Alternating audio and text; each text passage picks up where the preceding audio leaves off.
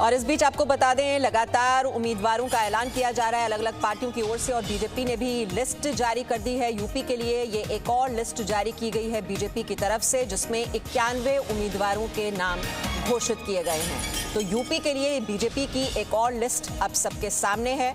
अब इस लिस्ट में अब जातीय समीकरणों का कितना ध्यान रखा गया है, हम देख रहे हैं कि सोशल इंजीनियरिंग का जो फॉर्मूला है वो सभी राजनीतिक दल अपना रहे हैं, चाहे वो समाजवादी पार्टी हो, बीएसपी हो, और खास तौर पर जो ओबीसी समुदाय से जो उम्मीदवार हैं उनको बहुत ज़्यादा तवज्जो दी जा रही है।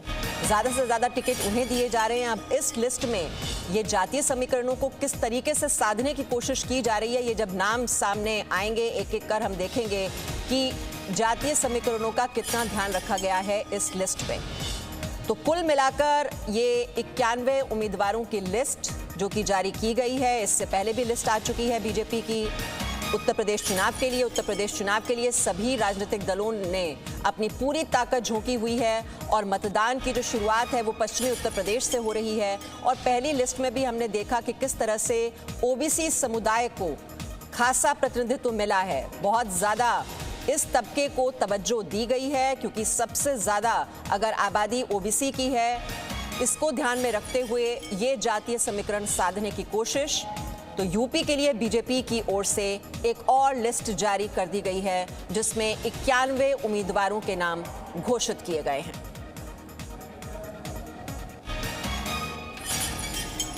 तो 91 उम्मीदवारों के नामों का ऐलान कर दिया गया है। ये बीजेपी की ओर से एक और लिस्ट जारी कर दी गई है। तो लगातार अलग अलग राजनीतिक दलों की ओर से धीरे धीरे सभी उम्मीदवारों के नाम अब सामने आ रहे हैं, और उत्तर प्रदेश की जो चुनावी डगर है इस बार वो बहुत ही मुश्किल नजर आ रही है, क्योंकि कड़ी टक्कर है बीजेपी और समाजवादी पार्टी के बीच। और टिकट का जो बंटवारा है वो भी इसको ध्यान में रखकर किया जा रहा है कि ज्यादा से ज्यादा जो विनेबिलिटी फैक्टर है उस पर फोकस है। जो जातीय समीकरण है, क्षेत्रीय समीकरण है, उन्हें भी साधने की कोशिश हर राजनीतिक पार्टी इस वक्त कर रही है। समाजवादी पार्टी की ओर से भी हमने देखा था कि जो ओबीसी समुदाय है और एमवाई जो समीकरण है उन्हें साधने की कोशिश समाजवादी पार्टी की ओर से, और वहीं जो अपर कास्ट तबका है और पिछड़ा वर्ग है, दोनों को ही तवज्जो दे रही है बीजेपी पार्टी। तो पहली जो लिस्ट जारी हुई थी उसमें भी हमने देखा था किस तरह से जो ठाकुर हैं, ब्राह्मण हैं और जो ओबीसी तबका है उसको खासा प्रतिनिधित्व दिया गया था पहली लिस्ट में। और जो सहयोगी दल हैं, चाहे वो अपना दल है और जहां जहां उनका ये प्रभाव क्षेत्र माना जाता है पूर्वी उत्तर प्रदेश में, तो ये सहयोगी दलों के साथ गठबंधन संजय निषाद की जो पार्टी है और अपना दल एस अनुप्रिया पटेल की जो पार्टी है उनके साथ मिलकर बीजेपी इस बार चुनाव लड़ रही है। और समाजवादी पार्टी ने भी छोटे छोटे दलों के साथ गठबंधन किया है। आरएलडी के साथ ये समझौता हुआ है समाजवादी पार्टी का इस बार, और भी कई छोटे छोटे दल हैं और उन्हीं को लेकर समाजवादी पार्टी इस बार चुनावी रण में है। तो उम्मीदवारों का ऐलान किया जा रहा है सभी पार्टियों की ओर से, और आज बीजेपी की ओर से ये एक और लिस्ट जारी कर दी गई। हम कोशिश कर रहे हैं कि अपने संवाददाता से और जानकारी लें कि इस लिस्ट में कौन सा वो वर्ग है जिसको ज्यादा तवज्जो, ज्यादा प्राथमिकता दी गई है। लेकिन जो लड़ाई है, जो चुनावी डगर है इस बार उत्तर प्रदेश की, वो बहुत ही कठिन सभी दलों के लिए, और जो बड़ी टक्कर है वो नजर आ रही है इस बार समाजवादी पार्टी और बीजेपी के बीच। तो अब धीरे धीरे जो नाम है वो भी अब आप देख रहे हैं अपने टेलीविजन स्क्रीन पर। जो लिस्ट में अब जो मुख्य उम्मीदवार हैं, ये जो एक और लिस्ट जारी की गई है, जैसा कि हमने आपको बताया 91 उम्मीदवारों के नाम घोषित कर दिए गए हैं। देवरिया से शलभ मणि त्रिपाठी को बीजेपी का टिकट मिला है। अयोध्या से वेद प्रकाश गुप्ता को बीजेपी का टिकट मिला है। तो बीजेपी की इस लिस्ट में कौन से वो मुख्य उम्मीदवार हैं, आपने देखा शलभ मणि त्रिपाठी। अयोध्या से भी उम्मीदवार का ऐलान कर दिया गया है। तो धीरे धीरे ये भोगनीपुर सीट से राकेश सचान को इस बार टिकट दिया गया है। तो बीजेपी की एक और लिस्ट जारी हो गई है उत्तर प्रदेश चुनाव के लिए।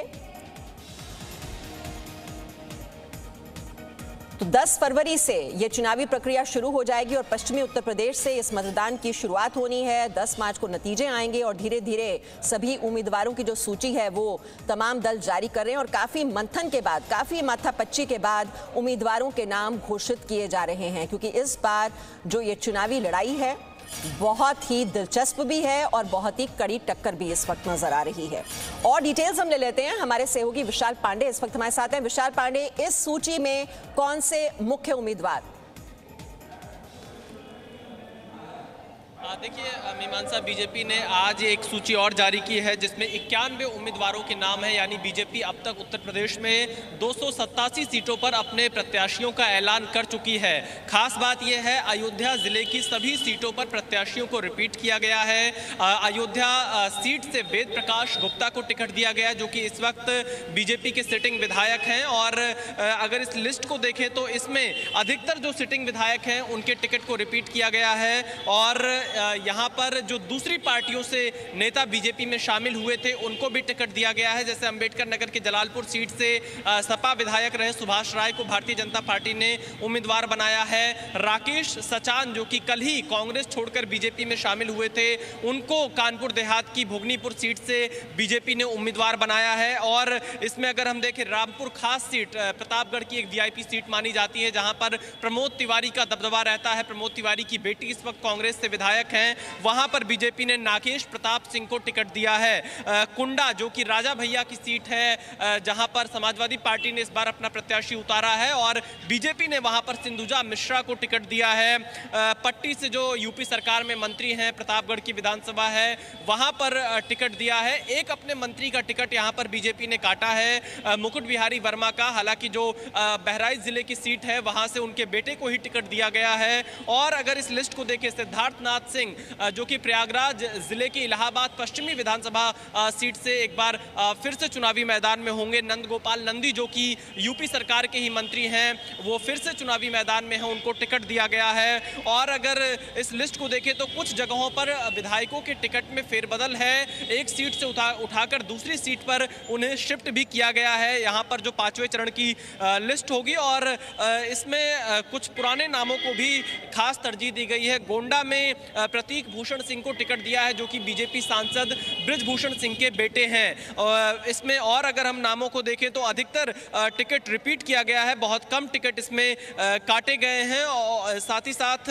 अगर इसमें देखें, जो दूसरी पार्टियों से छोड़कर अभी हाल ही में बीजेपी में शामिल हुए थे उनको टिकट ज़्यादातर दिया गया है। यानी जिन लोगों को बीजेपी ने ज्वाइन कराया है उन्हें बीजेपी से निराशा हाथ नहीं लगी है, उनको टिकट यहाँ पर मिला है। गोरखपुर की कैंपियरगंज विधानसभा सीट से फतेह बहादुर सिंह, जो कि सिटिंग विधायक हैं, उन्हीं को टिकट दिया गया है। गोरखपुर जिले की पिपराइच सीट से महेंद्र पाल सिंह को टिकट है। गोरखपुर की सहजनवा सीट से प्रदीप शुक्ला को टिकट है। और चिल्लू पार, जहां पर सबसे ज्यादा सभी की निगाहें हैं गोरखपुर में मीमांसा, क्योंकि यहां पर हरिशंकर तिवारी का परिवार समाजवादी पार्टी से चुनाव लड़ रहा है और यहां पर बीजेपी ने चिल्लू पार से राजेश त्रिपाठी को टिकट दिया है। तो यह है, देवरिया सदर से शलभमणि त्रिपाठी का टिकट हुआ है, जो कि यूपी के मुख्यमंत्री योगी आदित्यनाथ के सूचना सलाहकार हैं, उनको भी यहां बीजेपी ने चुनाव लड़ाया है। आजमगढ़, जो कि समाजवादी पार्टी का गढ़ माना जाता है, वहां पर भी बीजेपी ने प्रत्याशियों का ऐलान कर दिया है। आजमगढ़ सदर सीट से अखिलेश मिश्रा गुड्डू को टिकट दिया है। वहां पर समाजवादी पार्टी की तरफ से लगातार सिटिंग विधायक दुर्गा प्रसाद यादव चुनाव लड़ते रहे हैं। लालगंज सीट से नीलम सोनकर को टिकट दिया है।